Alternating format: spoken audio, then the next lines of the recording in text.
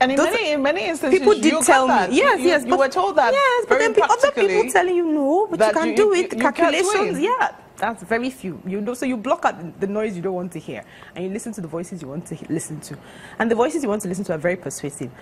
And they're not wrong. I mean, if you read the book, you can see we're doing the calculations with the delegates. Where would the bulk of my delegates come from, based on the fact that this is, you know, our reading of the situation and their feelings about the incumbent. So in a way, sometimes it seems practical that, okay, I just might have a shot. I'm sure there are cases where, not in my case anyway, where you know that it's, you know, it's a losing battle, which in a way I would feel like maybe that's how the presidential aspirants feel year after year. If you're not in one of the two major parties, you sort of know that I'm running maybe to make a point, to encourage other people, for whatever reason other people run. But I actually have now a lot more respect for the people who run under these shadow parties that, in a way, everybody's saying they have no chance. And I'm beginning to wonder, why don't they have a chance? If they feel the better candidates, why don't they have the chance? Let's talk about the role of money. You estimated that you need about 15 million naira, thereabout. You were able to raise roughly 9 million plus. And I'm wondering, was that just for the primaries? Because I wasn't certain. Of course. I didn't go beyond the primaries. What? And I hope you know that this 9 million I raised, that's not just all I spent. Because yeah, you eventually did not say how much you spent. Well, I probably spent close to 12, because 9 was what I raised. I still put in my own money. Yeah, so, and I was, you know, constant. Don't forget the last day when I went and emptied my ATM and maxed out all my cards. You'll spend and spend. In fact, somebody was laughing at me a few days ago saying, if you could budget for your election, then you are not ready to win. That anybody that has a budget for election is not ready to win. So you just have a bottomless pit, according to this person, and be digging into it anytime. Somebody else has said very famously that, and this is an anecdote, but that they told the person, are you ready for politics? The person was like, yes, I am. Are you sure? So, yes. So can you put all the money you have in the world, pour petrol on it, and set it on fire? And if you can do that, then yes, you're ready. Did you feel that way? No.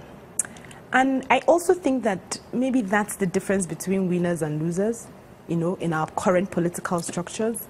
For me, it wasn't do or die. I couldn't feel like this was do or die. I do want my country to do well. I do think my country deserves better leadership.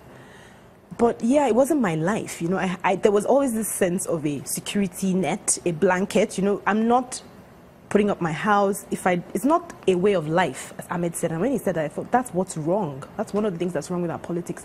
Politics should not be a way of, it should not be your career, in the sense that if I don't run, I won't eat, my children will starve, they won't go to school. Do you understand? It is like that for some people.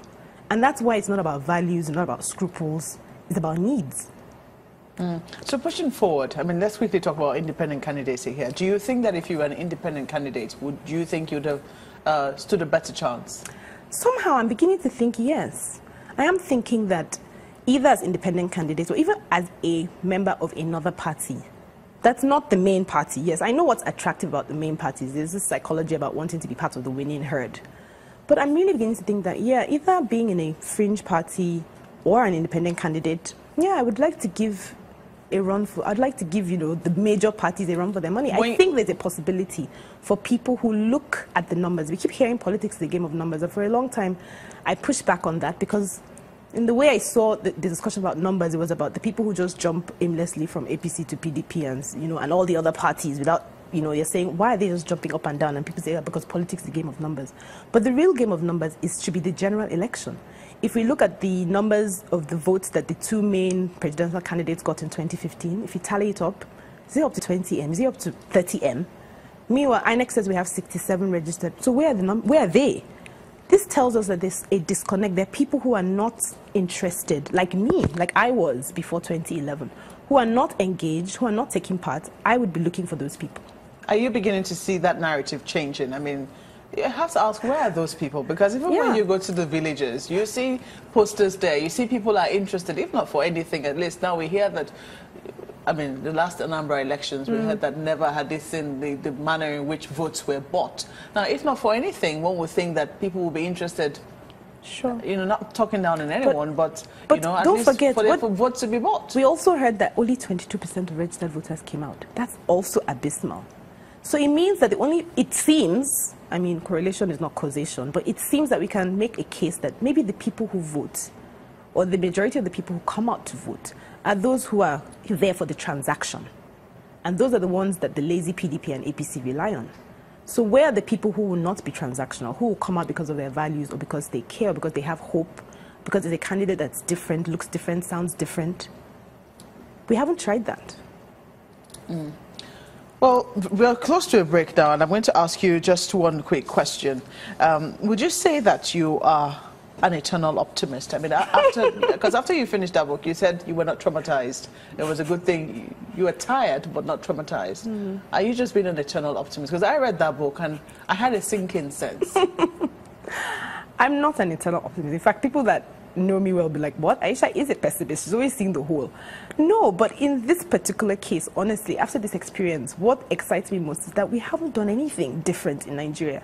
I would argue that the way our politics has been since the late 50s right till now is pretty much the same way. It's been run by a group of people. The parties have never been really democratic. The parties don't trust the members. The parties don't trust the people. How about if we try being more democratic? How about we try having political parties that are not just special purpose vehicles for winning elections? What if they're actually for mobilizing, recruiting, organizing, and motivating people? We've never tried that. Well, we'll ask what else we haven't tried, but we'll take a moment now. When we return, gender and politics is one of the big issues Ayisha explores in her book. But doesn't that also box the female gender in a corner when they eventually get the seat? We'll explore answers after the break. Please stay with us.